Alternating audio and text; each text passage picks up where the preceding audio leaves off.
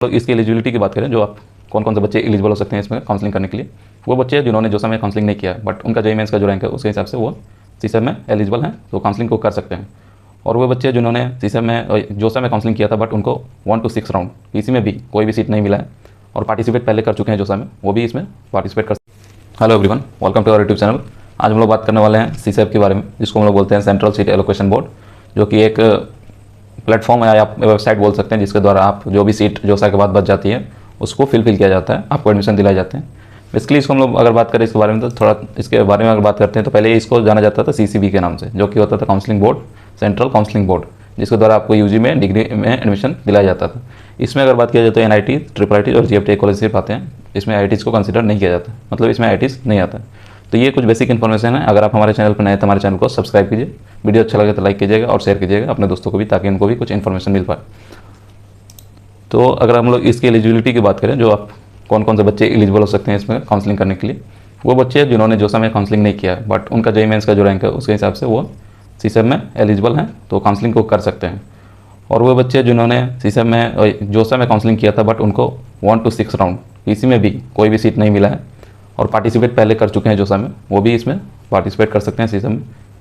Candidate who have registered for the JoSAA are allocated a seat in any of round.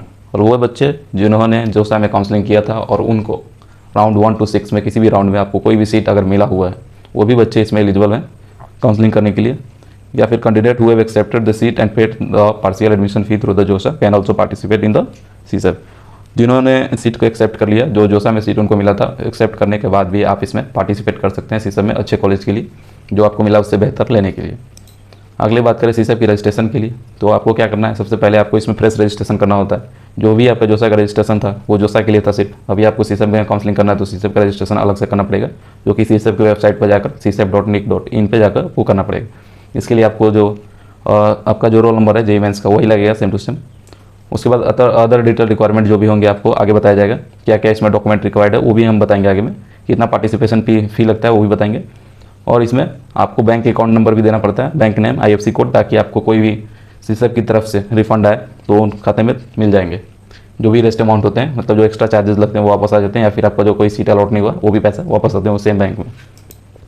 ये document की बात करें तो इसमें आपको क्लास 10th की सर्टिफिकेट लगेगी, क्लास 12th की मार्कशीट, साथ में आपको कैटेगरी सर्टिफिकेट, आप अवेलेबल हैं यदि आप एससी में है, एसटी में, ओबीसी, एनसीएल, जनरल, ईडब्ल्यूएस, तीन सारे कैटेगरीज में आपको कैटेगरी सर्टिफिकेट को सबमिट करना पड़ेगा। या फिर आप पीडब्ल्यूडी में हैं तो उनका आपको वेरिफिकेशन चाहिए एक एफिडेविट के साथ, ताकि आप वेरीफाई हो सके कि आप पीडब्ल्यू में हैं। उसके बाद हम लोग बात करते हैं सीसेब का जो रजिस्ट्रेशन फ़ी होता है, बेसिकली उनके लिए जो जोसा में रजिस्टर नहीं किए थे, या फिर candidate who did not register for the जोसा, या फिर रजिस्टर किए थे बट उनको कोई भी सीट अलॉट नहीं हुआ है, या फिर कोई वो पार्शियल फ़ी पेड नहीं किए, तो उनको जो फ्रेश रजिस्ट्रेशन करते हैं उनके लिए 37,000 चार्जेस होते हैं, जनरल, ईडब्ल्यूएस, ओबीसी, एनसीएल के लिए। और अगर एससी एसटी की बात करें तो एससी एसटी पीडब्ल्यूडी की तो 17,000 उनकी चार्जेज होती है। साथ में for the candidate who has last allocated a seat in the IITs, जिनको आईआईटीज़ में सीट मिला था, अगर वो सीसेब में काउंसलिंग करना चाहते हैं तो उनको भी 37,000 पे करना पड़ेगा, जनरल, ईडब्ल्यूएस, ओबीसी, एनसीएल के लिए, क्योंकि जोसा का काउंसलिंग अलग होता है और सीसेब की काउंसलिंग अलग होता है। और साथ में अगर बात करें तो सीसेब में आईआईटीज़ का कोई मतलब पार्टिसिपेशन नहीं होता है, इसलिए आपको फ्रेश रजिस्ट्रेशन करना पड़ता है अगर इसमें आप काउंसलिंग करते हैं तो। और एससी एसटी पीडब्ल्यूडी की 17,000 इसमें भी लगेगी। For the candidate who have allocated seat in NITs, triple ITs, GFTI in the JoSAA, paid the seat acceptance fee and opted to participate in the special round. वो बच्चे जिन्होंने जोसा में जो सीट मिला था उसको एक्सेप्ट करके पार्शियल जो भी चार्जेस थी उसको पेड कर दिया, सीट एक्सेप्टेंस फी। उसके बाद वो अगर चाहते हैं कि हम स्पेशल राउंड में बैठें तो उनके लिए उनको जनरल, ईडब्ल्यूएस, ओबीसी कैटेगरी में 2,000 पे करने पड़ते हैं, और एससी एसटी पीडब्ल्यूडी में सेम 2,000 पे करना पड़ेगा। For the candidate who are allocated seat in NITs, triple ITs, GFTI under SC ST category, paid the seat acceptance fee but withdraw cancel the seat. जिन्होंने कैंसिल कर दिया seat या फिर withdraw कर लिया, उनको भी 2,000 रुपया चार्जेस लगेंगे। साथ में बात करते हैं fee for the candidate who are allocated in the seat NITs, triple ITs, GFTI, JoSAA and paid the seat acceptance fee but did not accept the seat, cancelled या सरेंडर या withdraw seat acceptance paid by the candidate in the JoSAA shall be adjusted in the special round.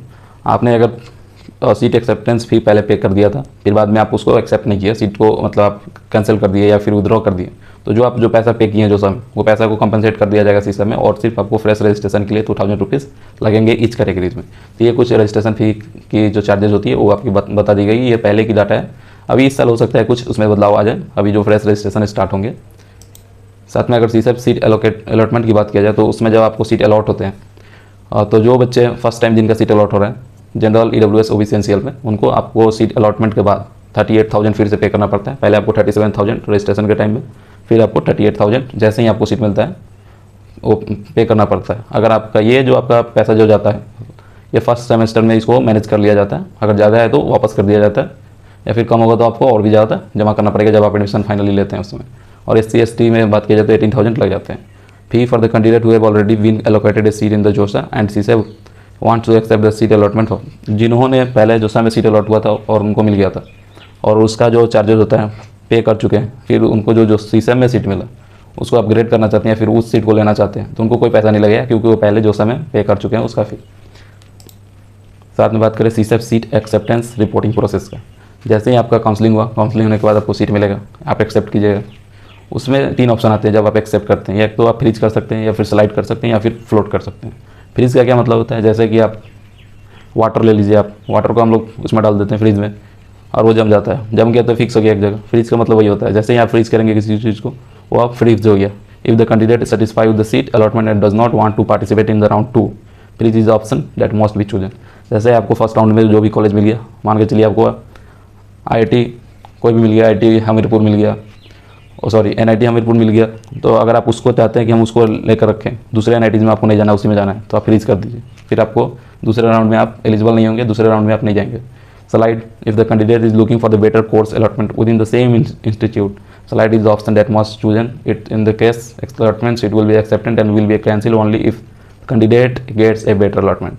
Slide का मतलब ये होता है कि जैसे आपको NIT हमीरपुर में कोई भी ब्रांच, जैसे मैकेनिकल ब्रांच आपको मिल गया, आपको उसी इंस्टीट्यूट में आपको कंप्यूटर साइंस अगर चाहिए तो आप स्लाइड का ऑप्शन दबा सकते हैं। स्लाइड का मतलब हुआ कि आपको अगर अच्छे ब्रांच मिल गए, उससे अच्छे जो भी आप ब्रांच लिए उससे अच्छे अगर ब्रांच मिलते तो आप उसको आपको दे दिया जाएगा।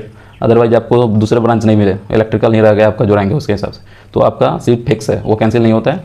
उसके अलावा आपको उससे बेहतर मिल सकता है, तो स्लाइड का ऑप्शन ये होता है। फ्लोट का मतलब ये होता है कि आपको किसी दूसरे कॉलेज में, जो आप काउंसलिंग करते हैं तो बहुत सारे कॉलेज का हम लोग करते हैं काउंसलिंग में, टॉप में आप अच्छे कॉलेज डालते हैं, फिर नीचे धीरे धीरे आप दूसरे कॉलेज डालते हैं जो कम रैंक पर मिल जाते हैं। तो पहले आपको कोई और कॉलेज मिल गया जो लोअर रैंक पे मिल गया, जैसे NIT मणिपुर आपको मिल गया, तो उससे आपको बेहतर कॉलेज चाहिए, तो आप फ्लोट का ऑप्शन दबाइएगा, तो उससे अच्छे कॉलेज में आपको मिल सकते हैं। फ्लोट का बेसिकली मतलब ये है, आपका जो भी कॉलेज है उससे बेहतर कॉलेज या उससे अच्छे ब्रांच आपको मिल पाएंगे। तो अगर आपको हमारा वीडियो अच्छा लगा तो लाइक कीजिएगा, शेयर कीजिएगा एंड सब्सक्राइब जरूर कीजिएगा। And thank you so much for watching this video.